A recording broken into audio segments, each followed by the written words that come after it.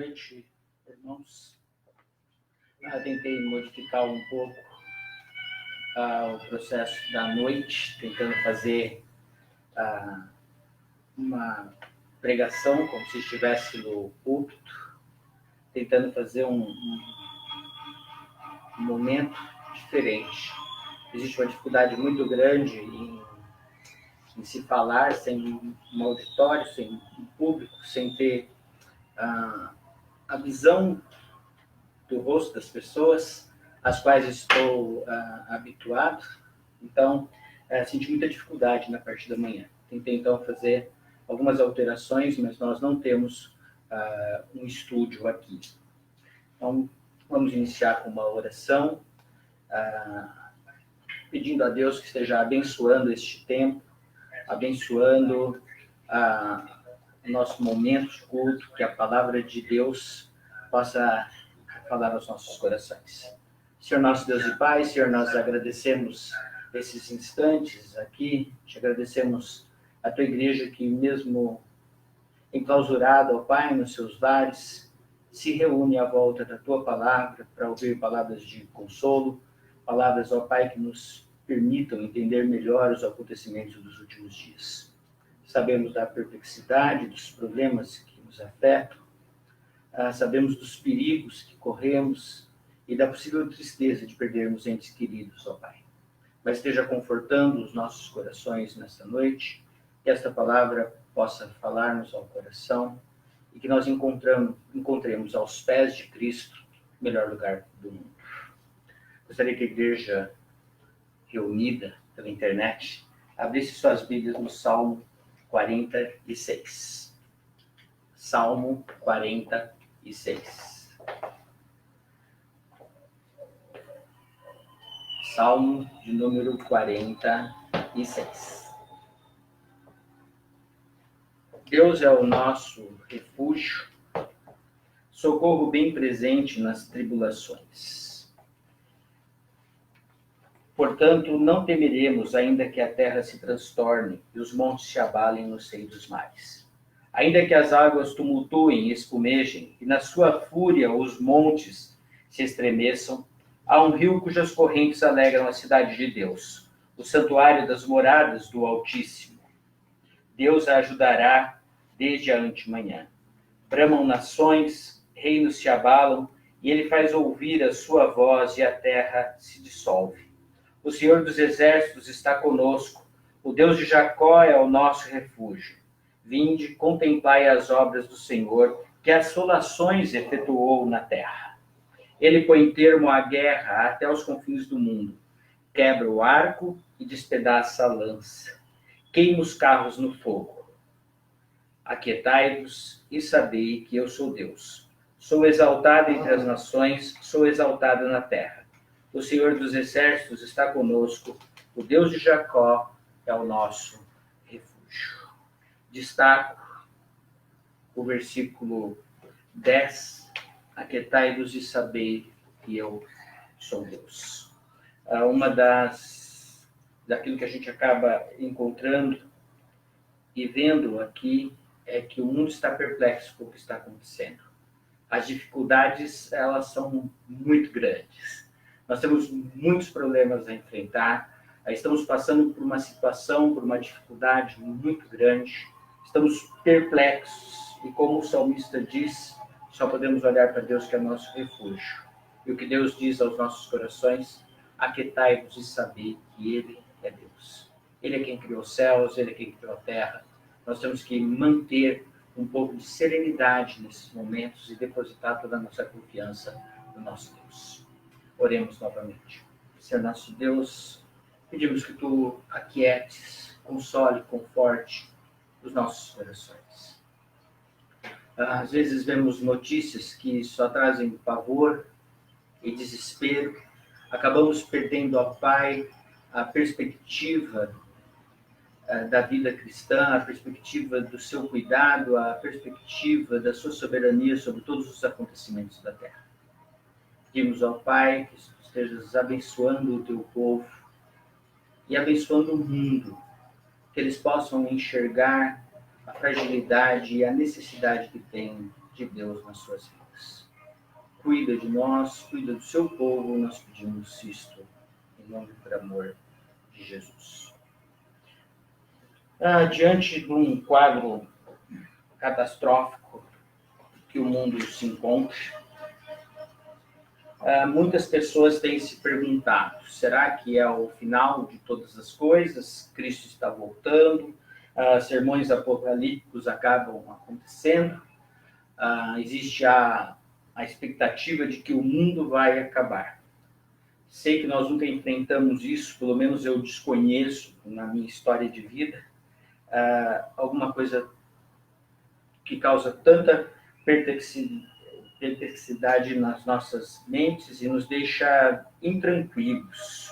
Tudo que está acontecendo mexe com a nossa paz, mexe com a nossa tranquilidade, mexe com as nossas finanças, tira-nos, às vezes, do centro das coisas. As preocupações vão se tornando muito crescentes. Os gráficos de mortalidade, vemos uma série de problemas acontecendo à nossa volta e coisas que agora são reais, coisas que estão acontecendo na nossa história, coisas que estão acontecendo perto da nossa porta. Antes nós vimos sobre as pestes, sobre a mortandade, a uma distância grande. Nosso país nunca passou por uma guerra, propriamente, no seu território. Nós ouvimos as coisas de história, vemos em filmes, e ouvimos de figuras, vemos figuras, fotos, remontagens, e não é tão real, não é alguma coisa que estivesse tão perto de nós como isso vem acontecendo. Então é muito claro que a gente comece a questionar algumas coisas, a se perguntar, fazer algumas conjecturas e tentar entender e tentar destacar na Bíblia as coisas que estão acontecendo e olhar o cumprimento de profecias.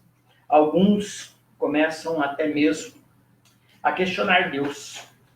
Isso é muito comum. Se Deus é Deus, se é Deus de bondade, ou se Deus é Deus e é um Deus soberano e está cuidando deste mundo, por que essas coisas estão acontecendo? Alguns dizem Deus está deixando o tempo correr, Deus está deixando as coisas andarem a seu bel prazer, e alguns chegam a questionar para que serve Ele, se Ele nada faz. E a gente acaba perdendo a perspectiva da soberania de Deus neste contexto. E muitos vão me perguntar a você, por que Deus não impede essas coisas que estão acontecendo? Pessoas estão sofrendo muito. Mas sem levar em conta as calamidades ou a calamidade desta epidemia que agora assola o mundo inteiro, pessoas têm sofrido durante todo o tempo. Nada disso tem fugido dos propósitos de Deus. O que sabemos é que muitas dessas coisas foram definidas, foram profetizadas por Jesus na Bíblia. E a gente tem que começar a olhar para a palavra de Deus e entender como estas coisas acabam acontecendo. Jesus declarou muito dessas coisas num sermão que é intitulado pelos teólogos como o sermão escatológico de Jesus, que está registrado nos evangelhos. Tanto em Mateus como Marcos, Lucas, registram a mesma passagem, registram o mesmo sermão, com algumas nuances diferentes. Mas nós vamos usar o texto que está no Evangelho de Lucas, capítulo 21, de 5 até 28. Abra sua Bíblia em Lucas, capítulo 21, de 5 até 28.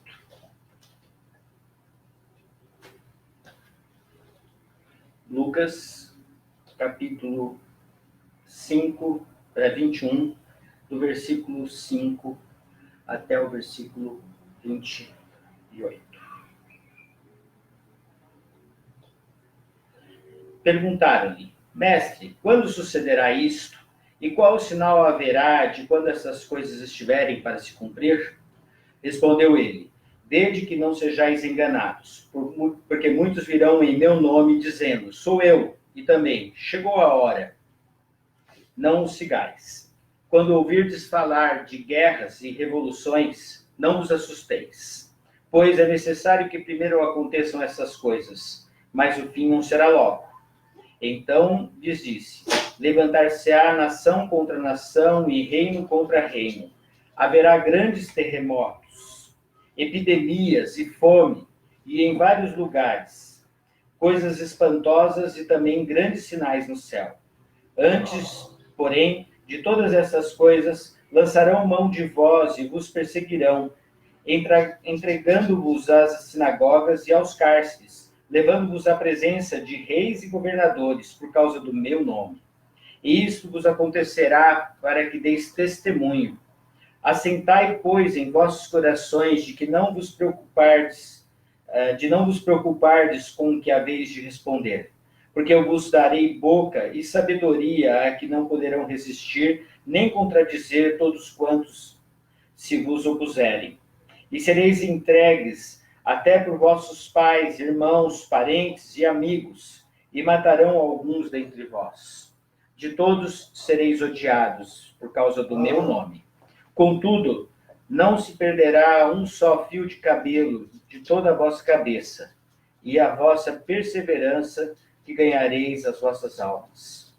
Quando, porém, virdes Jerusalém sitiada dos exércitos, sabei que está próxima a sua devastação. Então, os que estiverem na Judéia fujam para os montes, e os que se encontrarem dentro da cidade retirem-se, e os que estiverem nos campos não entrem nela, porque estes dias são de vingança, para se cumprir tudo que está escrito. Ai das que estiverem grávidas e das que amamentarem naqueles dias, porque haverá grande aflição na terra e ira contra este povo. Cairão ao fio da espada e serão levados cativos para todas as nações, e até que os tempos dos gentios se completem, Jerusalém será pisada por eles. Haverá sinais no sol, na lua e nas estrelas, sobre a terra, angústia entre as nações e perplexidade por causa do bramido do mar e das ondas. Haverá homens que desmaiarão de terror e pela expectativa das coisas que sobrevirão ao mundo, pois os poderes do céu serão abalados. Então se verá o Filho do Homem, vindo numa nuvem com poder e grande glória. Ora, ao começarem essas coisas a suceder, exultai e erguei as vossas cabeças, porque a vossa redenção está próxima. Estas palavras de Jesus foram proferidas aos seus discípulos. Eles estavam no templo de Jerusalém. Ao sair do templo, os discípulos pararam um pouco e aí começam a contemplar aquilo que estava no templo, a construção do templo, a reforma do templo, a ampliação do templo que Herodes havia executado. Herodes levou cerca de 40 anos para conseguir montar o templo do jeito que estava, as pedras foram colocadas de novo, incrustadas de ouro, então era um templo magnífico. E eles, versículos 5 e 6, diz assim, falavam algumas a respeito do templo, como estava ornado de belas pedras e de dádivas. Então disse Jesus, vede essas coisas? Dias virão em que não ficará pedra sobre pedra que não seja derribada. Esta afirmação de Jesus gera nos seus discípulos um questionamento. Quando essas coisas vão acontecer? E até a chegada do Getsemane, onde eles foram, Monte das Oliveiras, onde eles foram, Jesus tinha se retirado para lá, para a oração, e os discípulos devem ter ficado com as suas mentes perplexas, olhando para aquele templo, pensando no reino que seria instalado, no reino de Deus que seria instalado. E a gente tem neste contexto aqui, Jesus simplesmente diz, não ficará pedra sobre pedra. Isso causou uma perplexidade no coração desses irmãos. E quando chegaram lá, o Evangelho de Mateus diz que os 4 discípulos mais chegados se achegam a ele e perguntam quando estas coisas vão acontecer. Quais são os sinais? Como é que a gente vai saber que essas coisas estão perto? Esse sermão, então, ele é normalmente dividido em 4 partes. Essas partes são o princípio das dores, que a gente tem aí dos versículos 7 até 19. É um período marcado por grandes calamidades. Jesus destaca guerras, revoltas, terremotos, perseguições, epidemias, coisas que precederão a segunda vinda de Jesus. Então ele diz, olha, uma série de coisas vão acontecer no mundo. Guerras vão vir, destruição, sofrimento, perseguição, fome. Todas essas coisas acontecerão no mundo conhecido, antes de Jesus vir. Segunda parte, Jesus fala de um tempo de grande sofrimento. E ele usa o exemplo, e aqui ainda profetizado por ele, a respeito da destruição de Jerusalém, que aconteceria cerca de 30 anos depois, cerca de 35 a 40 anos depois desta profecia. Jesus profetizou que o templo seria destruído e que não ficaria pedra sobre pedra. E que Jerusalém seria sitiada e que haveria grande sofrimento ali. Há um sofrimento que nunca foi visto na história de Israel. E ele vai falar sobre isso, mas ele vai usar isso como exemplo, como uma tipificação de um tempo futuro, que é definido como o tempo de grande tribulação para os cristãos. Então, nós teremos na história a primeira parte, que são o princípio das dores, que seriam acompanhados de diversas calamidades. Teremos um segundo momento, antes da volta, imediatamente antes da volta de Jesus, que é um tempo de grande tribulação, exemplificado aqui no Sermão de Jesus pelos acontecimentos que ocorreram no ano 70 da nossa história. Então, nos anos em que ainda muitos discípulos de Jesus estavam vivos, aconteceu essa destruição de Jerusalém. Um historiador judeu chamado José, ele narra os acontecimentos com detalhe ali. Terceira parte do sermão de Jesus, ele fala efetivamente do seu retorno em glória. Quando ele virá para levar os seus redimidos e julgar a terra. O grande versículo conhecido desse texto é o 27. Então se verá o Filho do Homem vindo numa nuvem com poder e grande glória. Então Jesus voltará para julgar as nações, para recolher os seus remidos, para fazer a separação entre justos e ímpios, cabritos e carneiros, ao momento em que ele vai levar-nos ao céu para habitarmos eternamente com ele na sua glória, mas também julgará todas as nações, todos os homens da humanidade. E a quarta parte, que nós não lemos, mas que ele finaliza com a parábola da figueira, e é uma exortação à necessidade de vigilância espiritual, de manter a confiança em Deus e de fazer com que os nossos corações não fiquem sobrecarregados com o peso desses acontecimentos. O versículo 34 diz assim: acautelai-vos por vós mesmos, para que nunca vos suceda que os vossos corações fiquem sobrecarregados com as consequências da orgia, da embriaguez, das preocupações deste mundo, e para que aquele dia não venha sobre vós repentinamente como um laço. Versículo 36, vigiai, pois, a todo tempo, orando, para que possais escapar de todas essas coisas que têm de suceder, e estar em pé na presença do Filho do Homem. Então, é um sermão que mostra que acontecimentos virão a este mundo, que calamidades ocorrerão, mas que nada foge ao controle de Deus. Que mesmo que a gente veja no mundo a perversidade do homem, que a gente veja as consequências do pecado, que a gente consiga identificar esses homens se separando, se revoltando contra Deus, ainda assim existe um chamado a nós cristãos, que mantenhamos os nossos corações descansados, tentando e procurando sempre estar em pé diante de Cristo Jesus, levando as nossas vidas espirituais a sério, sem deixar que os nossos corações sejam assombrosamente deslocados do centro e a gente perca o centro da nossa vida. O centro da nossa existência é Cristo Jesus. Mas eu queria focar nessa noite, não no sermão inteiro, mas queria focar no princípio das dores, que vai do versículo 7 até o versículo 19, onde Jesus vai falar especificamente do princípio das dores.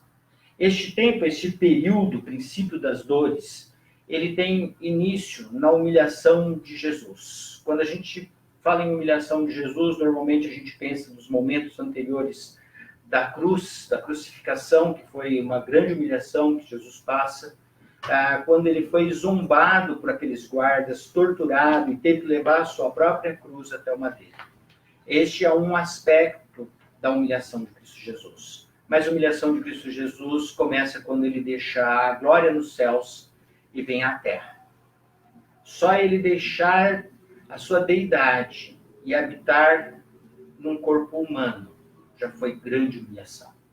E ele fez isso, e nós sabemos por que ele fez isso. As Escrituras nos ensinam que Cristo Jesus veio a este mundo para salvar homens pecadores que não mereciam o amor de Deus. Porque quando Deus olhou do céu para a humanidade, ele não encontrou nenhum justo sequer. Então Cristo Jesus vem a este mundo para salvar pecadores. E ele se humilha, fazendo-se homem, e é levado até a cruz como um cordeiro mudo, derramando sangue precioso para que nós tivéssemos a salvação. Começa então, este período começa quando Cristo Jesus vem a este mundo, morre na cruz a nosso favor. E este período vai até quando ele voltar. Esse período termina no retorno de Cristo Jesus a este mundo. Este é o momento em que terminará todas as coisas. Neste espaço de tempo, do qual nós fazemos parte hoje, este que já se passa 2000 anos desde que iniciou, este é o tempo do princípio das dores. Então nós estamos passando pela história da humanidade e a gente tem visto que as coisas que foram profetizadas por Jesus neste sermão profético, escatológico dele, ocorrem. A primeira coisa que ele fala, no versículo 8, são que haveriam falsos profetas, pessoas tentando se passar por ele. A gente sabe que através da história, e desde o início da história, mesmo já nos dias dos discípulos, isso aconteceu diversas vezes. Paulo escreve a carta aos Tessalonicenses, orientando eles a respeito disso. E Jesus mesmo deixa claro aqui no versículo 9, que vão acontecer uma série de coisas, mas que a volta dele vai acontecer, mas que não seria logo. Versículo 9, final do versículo 9.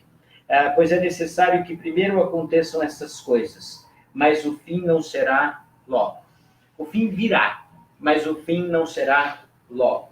Quando nós olhamos para a história hoje, já temos 2000 anos para trás. E eu queria olhar primeiro para esse sermão profético de Jesus, entendendo algumas coisas que são claras e que às vezes a gente não percebe. Quando Jesus estava pregando este sermão, tinham cerca de 120 discípulos o acompanhando. No momento mais íntimo dele, talvez os 12 estivessem mais próximos ali, e ele foi dar a resposta das palavras que ele disse, porque causou perplexidade no coração daqueles homens, sim. Assim, como o templo vai ser destruído?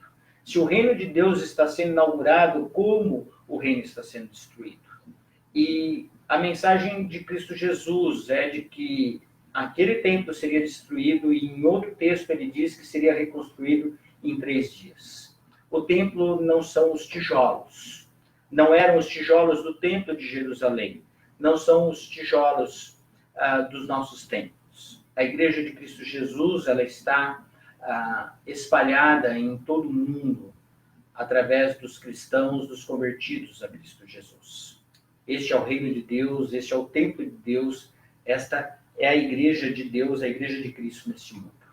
E quando eu olho para esta profecia que foi feita há cerca de 2000 anos atrás por Jesus, ele fala de algumas coisas, que haveriam falsos mestres.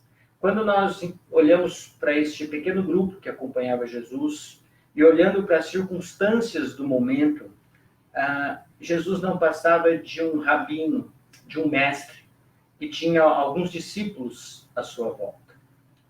E nós sabemos pela história dos evangelhos que quando Jesus morreu, os seus discípulos logo o abandonaram. Nós temos no livro de Lucas mesmo o relato da volta de muitos dos discípulos entristecidos no caminho de Emaús. Nós temos os apóstolos que andaram mais perto de Jesus, voltando às suas atividades habituais.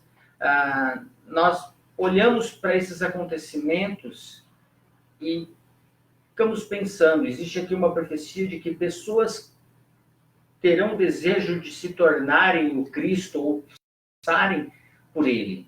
Para isso, precisaria ser um grandioso mestre. E naquele momento, Jesus era um simples mestre em Israel.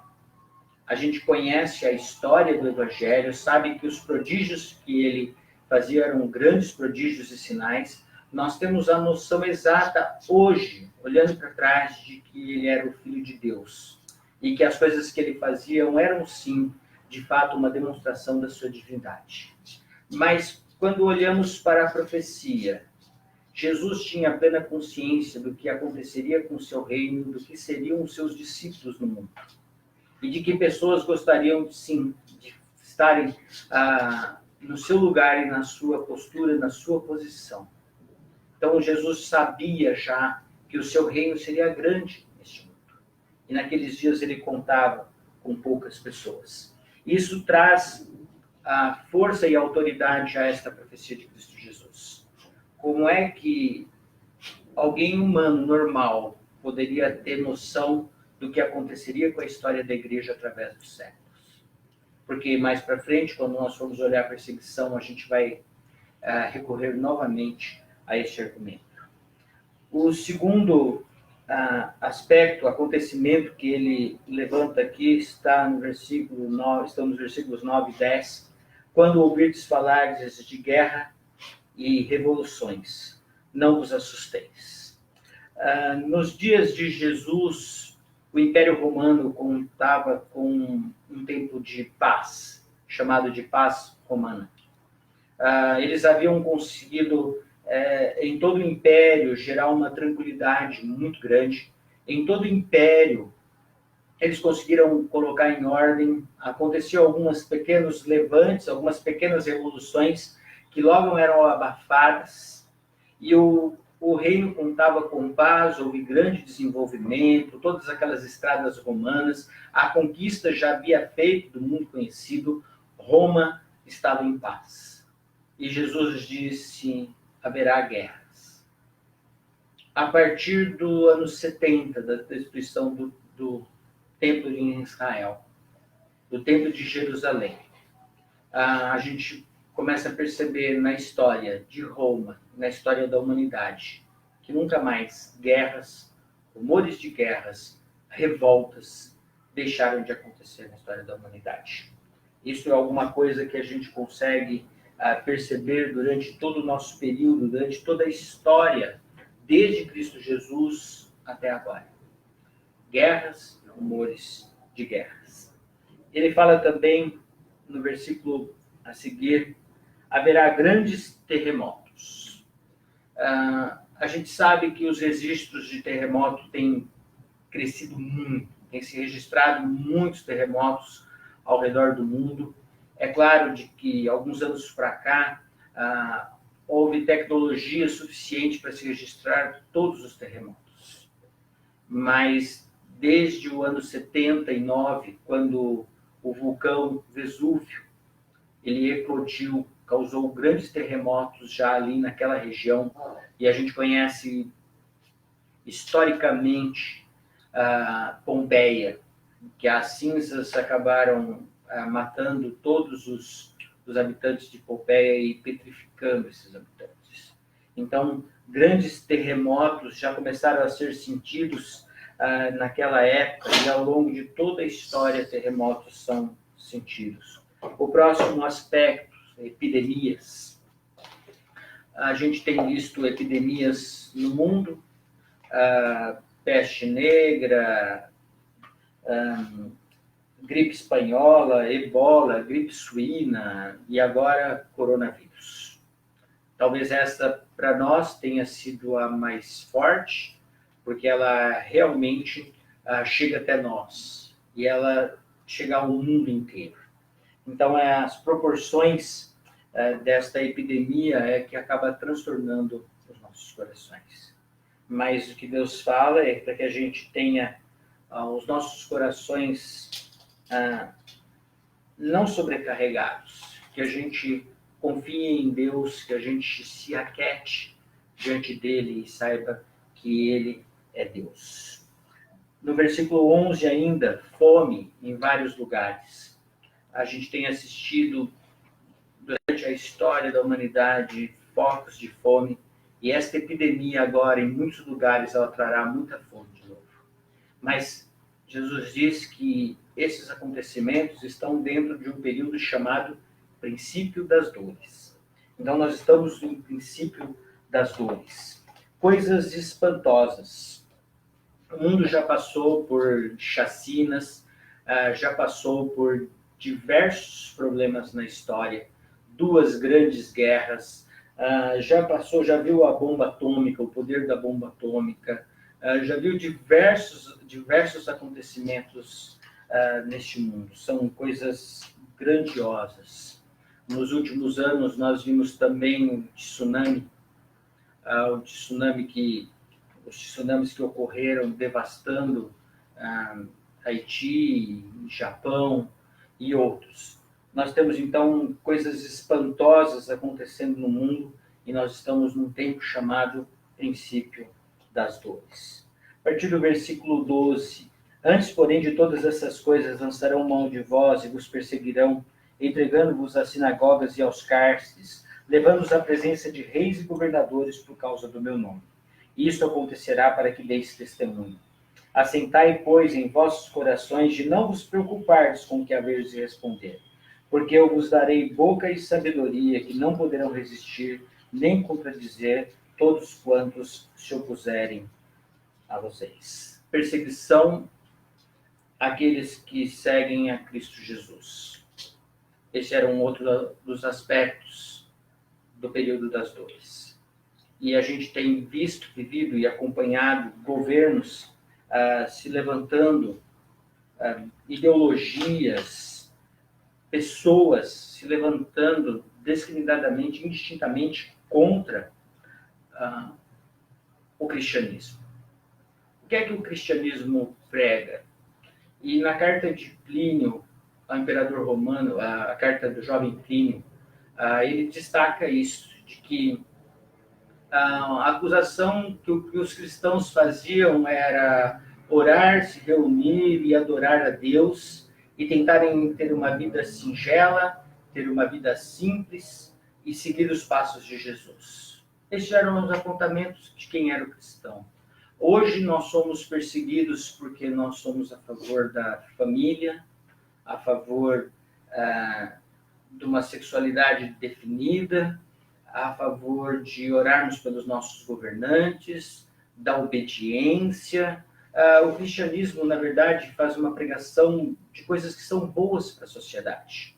Fala da salvação em Cristo Jesus, fala do perdão de Deus, mas que o homem tem que se sentir pecador, que ele tem que saber que ele não merece a graça de Deus, que ele não pode se chegar a Deus, que Deus, através de Cristo Jesus, é que se chega a ele. Os cristãos são odiados por causa dessa mensagem. Serão perseguidos, mas o que nós temos que ter consciência é de que Deus dará à nossa boca resposta a essas questões. Essas coisas estão acontecendo. São os princípios das dores, mas ainda não é o momento em que Jesus voltará. Sabemos que Jesus está às portas, que a qualquer momento ele pode voltar. Mas não é esta peste, não é esta pandemia, não é esta epidemia, não é o coronavírus, a última marca neste mundo para a volta de Cristo Jesus. A volta dele pode acontecer a qualquer momento, mas nós temos que descansar o nosso coração e não deixar com que o nosso coração fique perplexo ou distante de Deus ou desesperado por causa dos acontecimentos. Essas coisas haveriam de acontecer nessa geração, neste tempo chamado o princípio das dores. E aí a gente tem que pensar qual é que é a postura correta, o que esse sermão de Jesus deve trazer às nossas mentes. Como é que nós temos que entender, como é que nós podemos entender este tempo em que nós estamos vivendo. Talvez a gente tenha sido preservado e não tenha percebido algumas coisas no mundo acontecendo no viés deste sermão de Cristo Jesus. Mas olhando para todos os acontecimentos da história da humanidade, esta epidemia é mais um dos fatores que estariam presentes neste tempo. E o que isso nos ajuda a entender, lendo este texto, é de que essas coisas aconteceriam e de que, mesmo que o mundo todo pregue um governo mundial de paz, que o mundo todo fale de uma interação global num nível único, em que haverá harmonia, o que a gente percebe com a história de 2000 anos, com a história de mais de 2000 anos da humanidade, é que não há paz por causa do homem pecador. Que nem uma pandemia desta traz para nós aqui no Brasil uma tentativa de nos conservar com os nossos bens, enchermos os nossos celeiros com mantimento para que a gente tenha sossego. Então, o egoísmo cresce e as primeiras pessoas que a gente acaba orando e pedindo a intercessão são aqueles que estão mais próximos de nós. Muitas vezes, isso é uma coisa normal, mas muitas vezes a gente toma decisões que são egoístas. O que a gente precisa entender e ver é que neste mundo maculado pelo pecado, não haverá um governo justo, não haverá paz no mundo. Que esses sinais que a gente vê agora no mundo só mostram que o mundo caminha para o final, que a volta de Jesus está cada vez mais perto e que ele virá agora em glória. E o texto de 25 a 28 mostra isso. Ele será exaltado, todo olho verá. Ele descerá dos céus para julgar agora. Ele já veio a primeira vez para entregar a sua vida para salvar. E agora ele vem definitivamente para julgar. E ele vai condenar os ímpios e vai justificar ou remir aqueles que foram salvos. O que nós temos que ver, então, é com tranquilidade e consciência. O fim está próximo. Mas isso é só um dos sinais do princípio das dores. Ele diz que é necessário que estas coisas aconteçam. No versículo 9, quando ouvirdes falar de guerras, revoluções, não vos assusteis. Porque, pois, é necessário que primeiro aconteçam essas coisas, mas o fim não será pouco. O que é necessário acontecer? Essas coisas acontecem no mundo constantemente. O que essas coisas geram? O que um vírus como este, alguma coisa que é identificado como uma simples gripe, pode dizimar uma grande quantidade de vidas. É necessário que essas coisas aconteçam. Essas coisas, quando vêm ao mundo, elas mostram a fragilidade do homem. Então, o homem sabe agora que, fora do controle dele, fora do ambiente que ele possa controlar, que ele não tem poder nenhum. Prova a impotência, prova a fragilidade dos governos humanos. A gente percebe que quando a pandemia iniciou e vazou da China, nenhum governo sabia o que fazer. Com tantos cientistas políticos, estrategistas de guerra, estrategistas na área de saúde, engenheiros de diversas atividades diferentes, não conseguem conter uma instabilidade mundial. mostra então impotência humana e acaba também quebrando a arrogância humana. Deus está no controle dessa situação. Deus é quem criou os céus e terra. Deus é que pode fazer ou deixar de fazer, e nenhum dos seus planos pode ser frustrados. Quando olhamos isto, a humanidade tinha que sentir temor a Deus.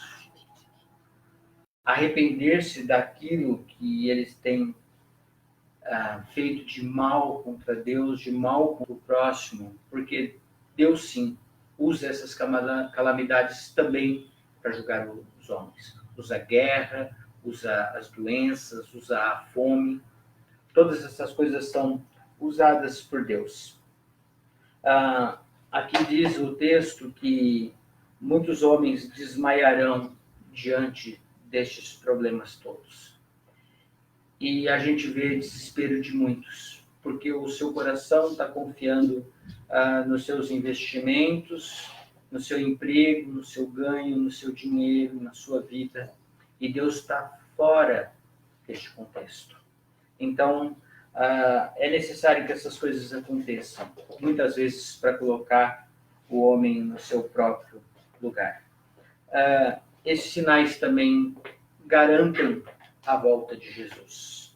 São como que se eles estivessem outorgando aquilo que Jesus falou no seu sermão. Se você olha, então, toda essa história desde que Jesus subiu aos céus, e você vê guerras, rumores de guerras, terremotos, você vê perseguição aos cristãos, você vê fome, você vê peste, com todo esse controle, com toda a ciência, com toda a tecnologia. Agora vem uma demonstração de que o homem não pode fazer nada. Esses sinais estão acontecendo. Isto é vívido e vivido por nós na história agora.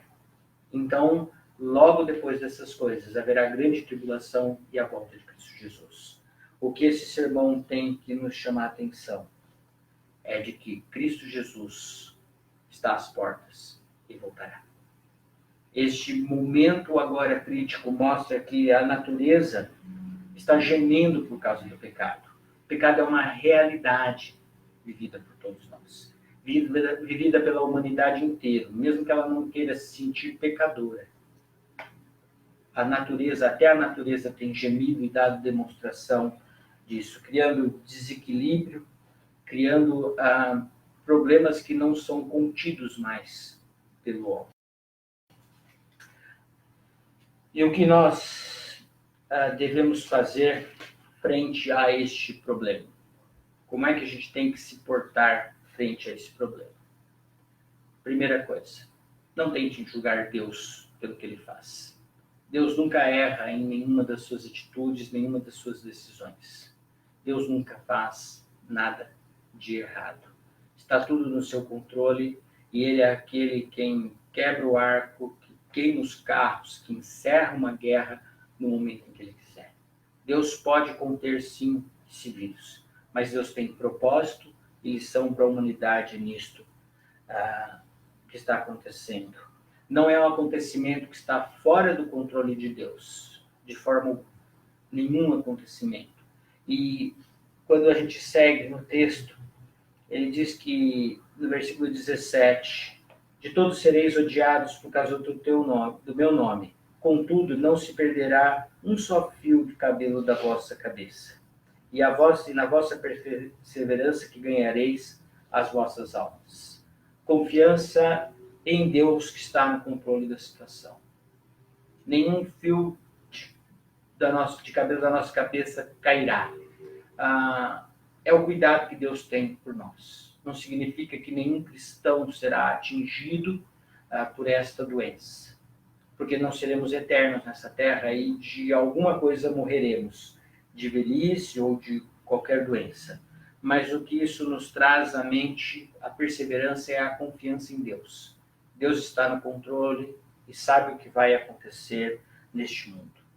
Em relação às vítimas, já houve aí alguns que tentam encontrar culpados, e as teorias de conspiração e as acusações de alguns dos nossos políticos acabam trazendo consequências e problemas.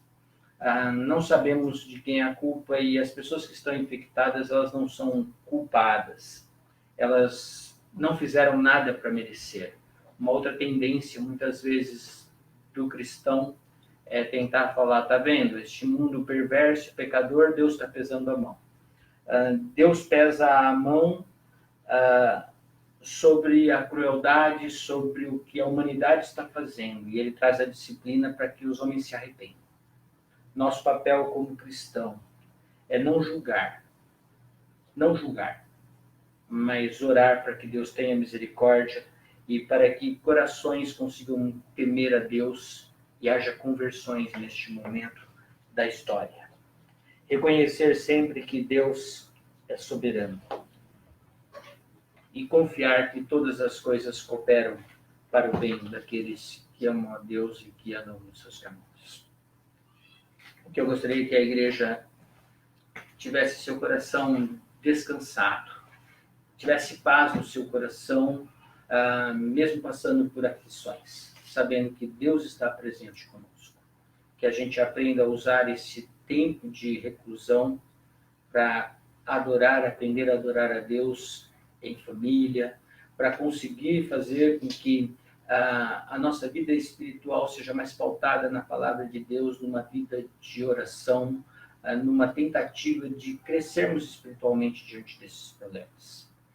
Colocando acima de tudo a soberania de Deus e respondendo àqueles que nos perguntam a respeito do que é que Deus está fazendo com a humanidade. Respondendo de forma sábia, pedindo a Deus que coloque na nossa boca palavras e nos dê sabedoria para darmos resposta àqueles que questionam a nossa fé. Que a igreja possa ser consolada, confortada com a ideia da volta de Cristo Jesus estar bem próxima, mas que este momento, esta catástrofe, não é o apocalipse final.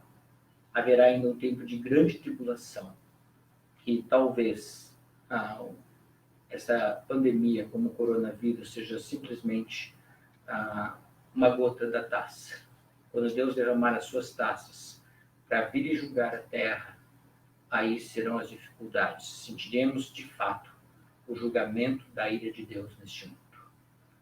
Qual é o tempo em que você pode ainda escapar da ira vindoura? O tempo é agora. Se você que nos assiste ainda não teve um encontro com Cristo Jesus, não entende ainda que Cristo Jesus veio a este mundo, se humilhou e derramou seu sangue precioso para salvar homens pecadores. Foi levado à cruz, foi levado ao madeiro, foi crucificado, considerado maldito entre os homens, para que nós fôssemos considerados benditos de Deus. Pense nisso. Se o sermão de Cristo Jesus aqui tem se cumprido na história durante um tempo muito grande, isto mostra que ele era Deus e que um dia ele voltará. E que se há alguma chance para nós é no dia de hoje. Então, curve-se, ore a Deus, peça a Deus que habite o seu coração e que você também possa desfrutar da paz que só Cristo Jesus dá. Deus abençoe a todos. Tentaremos fazer outros trabalhos durante a semana, procurando incentivar os cristãos a fazerem sua hora devocional. Vamos começar a imaginar aí como utilizar esse tempo. Talvez nosso tempo de reclusão não seja tão curto como esperávamos. Então precisamos usar esta oportunidade de tempo para aprendermos a ter uma vida mais calma, tranquila, equilibrada e santa. A vós outros que não erais povo de Deus e agora sois povo de Deus, a vós outros que não tinhas alcançado a misericórdia e agora alcançaste a misericórdia. A graça do Senhor Jesus, o amor de Deus Pai, o consolo, o conforto e a companhia do Espírito Santo esteja com cada um de vós, hoje e sempre. Amém. Deus abençoe a todos.